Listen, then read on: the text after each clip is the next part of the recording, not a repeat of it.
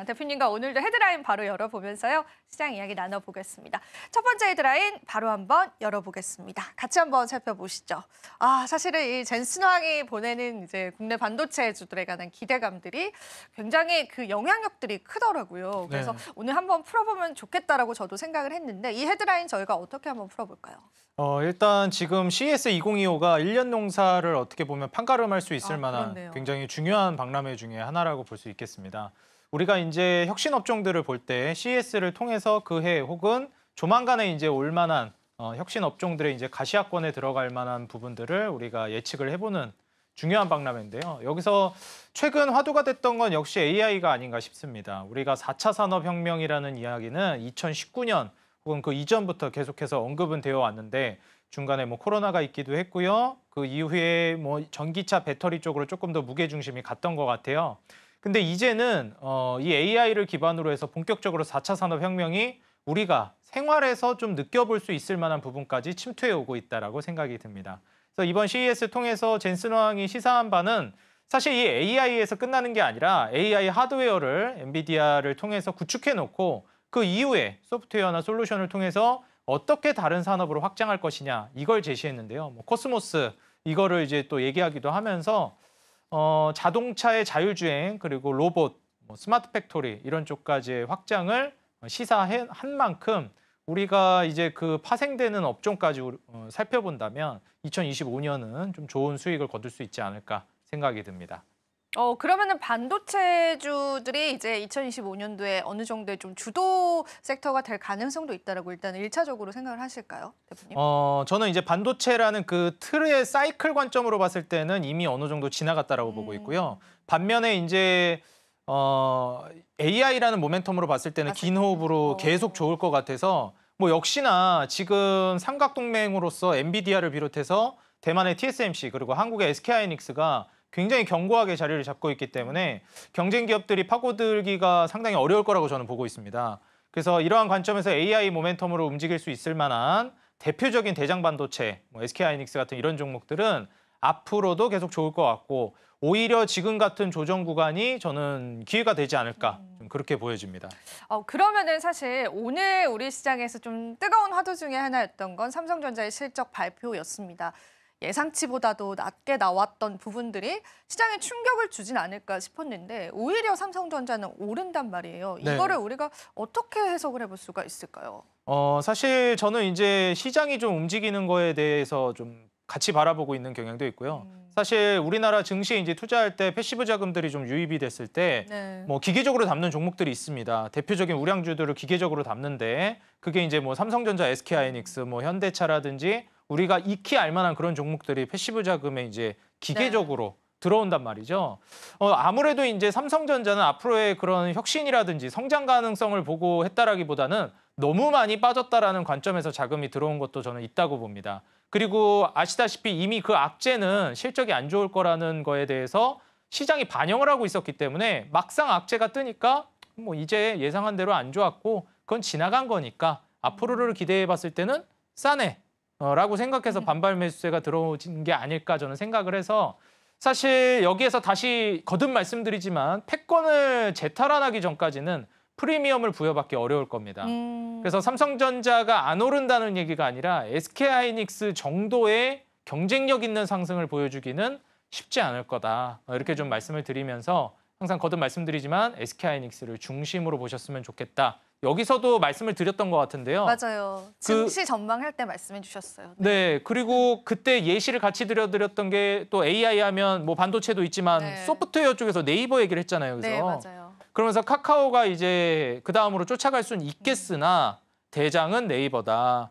변하지 않죠. 대장주의 특징이 뭡니까? 떨어질 땐 덜 떨어지고 올라갈 땐 먼저 더 빨리 더 많이 올라갑니다. 그렇기 때문에 이 점을 꼭 상기하시고 많이 빠졌다는 이유로 투자하는 건 그 역시도 전략이 될 수는 있으나 난이도가 높고 쉽지 않은 매매입니다. 삼성전자가 안 오른다는 얘기가 아니라 어렵기 때문에 저는 이게 TV 방송에 나와서 얘기할 때는 어려운 매매를 권장해드리고 싶지는 않고 싶어요.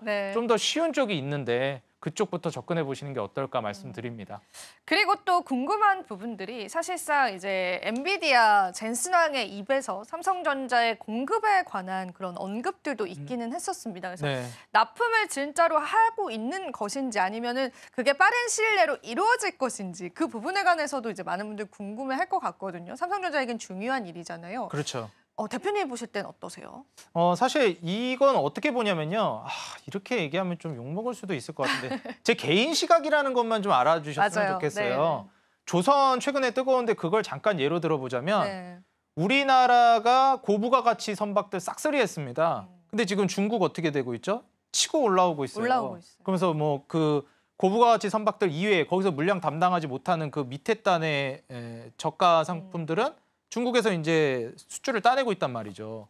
SK하이닉스가 공장 다 돌리진 못해요. 그럼 이제 물량이 더 필요할 수 있단 말이죠. 맞아요. 그럼 삼성전자 것도 쓰겠죠?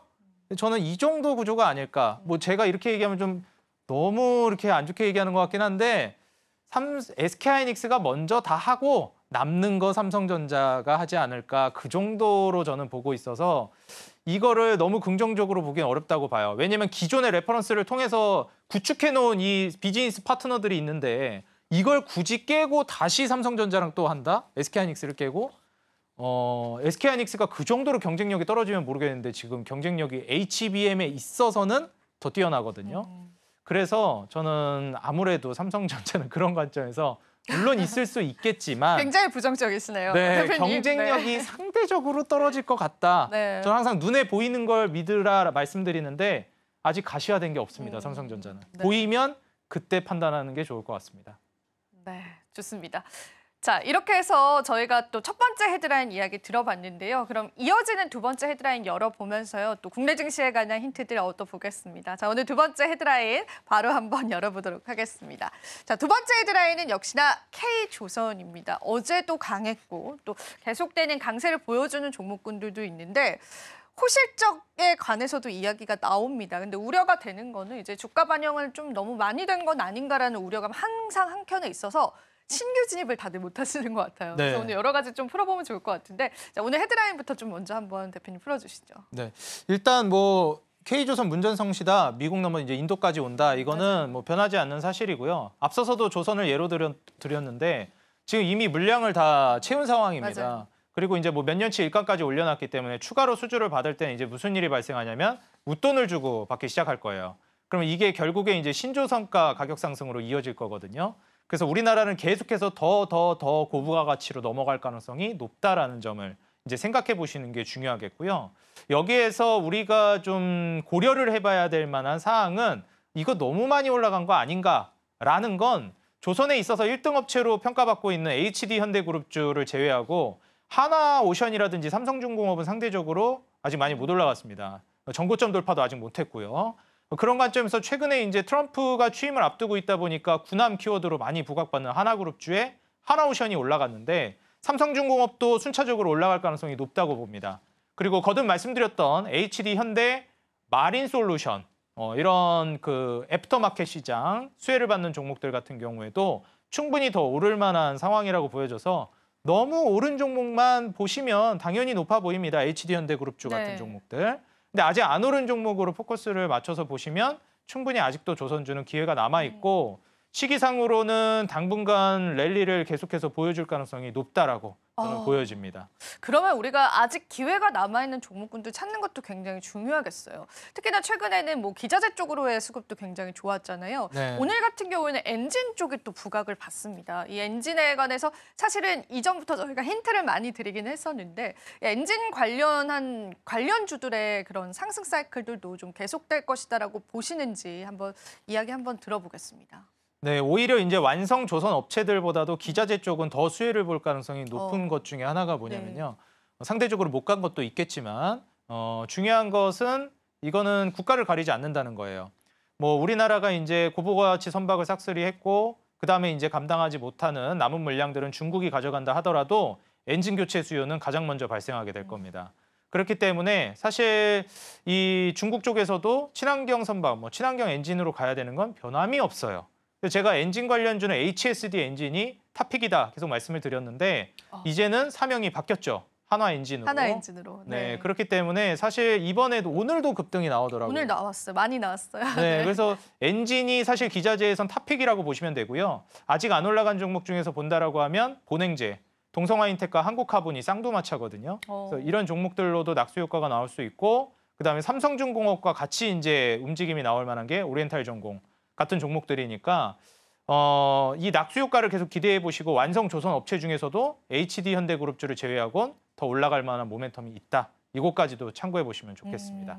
그리고 또 우리 조선주들은 하나의 또 호재다라고 한다면 신조선가 지수이잖아요. 네. 옆에 저희가 자료를 좀 준비를 해봤는데 신조선가가 또 역대 최고점을 근접했다라는 소식들 전해져 왔습니다. 이게 또 조선주 탄력에 도움을 또 줄 수 있을까요, 대표님? 네, 충분히 줄 수 있을 것 같고요. 신조선가는 결국 이제 우리가 하나를 팔아도 많이 남는 구조로 가야 된다 이렇게 많이 말씀을 드립니다. 제가 그래서 항상 매출과 마진율이 올라가야 된다고 강조를 드리는데요. 제품 가격이 수요를 기반으로 이렇게 밀어올리게 되면 결국 거기에서 마진율이 높아지는 효과로 가게 됩니다. 그래서 캐파 성장이 나오지 않는다 하더라도 마진율이 높아질 수 있기 때문에 이게 한 번 더 탄력적으로 주가를 밀어올릴 만한 모멘텀이 될 수 있고요. 결국 파는 제품은 똑같은데 판매가가 올라간 거 아니겠습니까? 그럼 당연히 많이 남는 구조로 가게 되죠. 그래서 신조선가 상승은 뭐 지금 고점 근처지만 고점 돌파도 나올 거로 기대되고요. 말씀드렸듯이 2030년까지는 조선업 슈퍼사이클은 지속될 거라고 보는 만큼 그 과정 안에서 신조선가가 올라가고 그리고 수주가 이제 실적으로 계속 드러나면서 아마 추가적인 상승 랠리를 업황 전반에서 가져올 수 있을 거라고 보여집니다. 그러면은 이런 낙수 효과다라고 해서 조선 전반이 좋다 보니까 기자재 쪽도 좋고 또 MRO 사업 쪽도 부각을 받고 있는 부분이 있는데 중요한 거는 이 낙수 효과가 철강 쪽으로까지는 오지 않는 느낌이에요. 이 철강주들은 부진합니다. 이 조선주의 수혜를 받을 법도 하지 않나요? 근데 왜 안 될까요, 대표님? 일단 철강이라는 게 뭐 조선만 영향을 받는 게 아니고 자동차라든지 건설이라든지 업계 전반에 영향을 받잖아요. 그래서 사실 이제 조선에 특화된 철강 업체들은 좀 수혜를 받을 수도 있습니다. 제가 지금 바로 그 기업이 생각이 안 나는데요.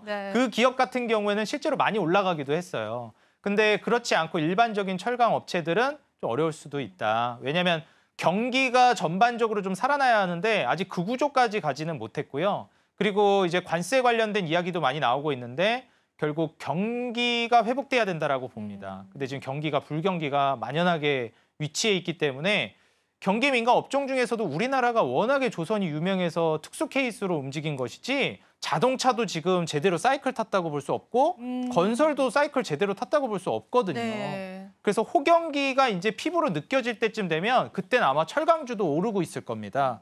그래서 이 점을 좀 고려해 보면 괜찮은 철강주는 저가에 좀 살 수도 있겠네. 이번이 좀 기회를 삼아볼 수도 있겠네. 판단을 해볼 수 있다는 점 말씀드리겠습니다. 지금 바로 구독을 눌러보세요. 실시간 경제 뉴스, 투자 전문가들의 다양한 시황과 정확한 분석, 또 알찬 투자 정보까지 신뢰할 수 있는 저희 서울경제TV와 함께하세요.